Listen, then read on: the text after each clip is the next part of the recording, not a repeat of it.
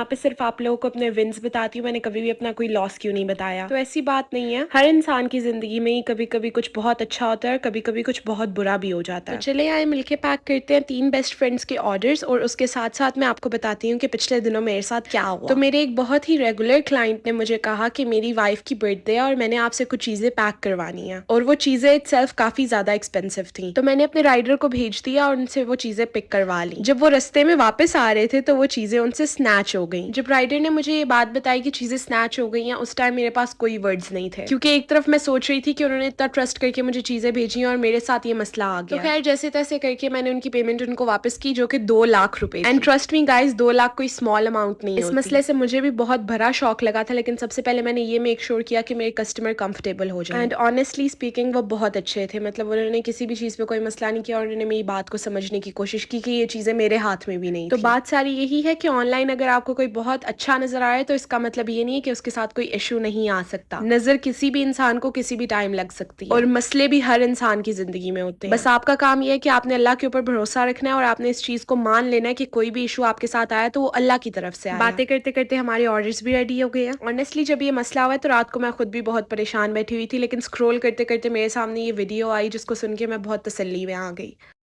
अफसोस ना किया करो उन चीजों पर जो तुमसे छूट जाए, जाती रहे, छिन जाए। वो मौका था, हाथ से निकल गया। वो दौलत थी, उस पर डाका पड़ गया। कोई और मुसीबत है, वो आ गई। कोई अजीज फौत हो गया, अकलौता बेटा था, फौत हो गया। नुकसान हो गया कारोबार में बहुत बड़ा, उस पर अफसोस ना किया करो।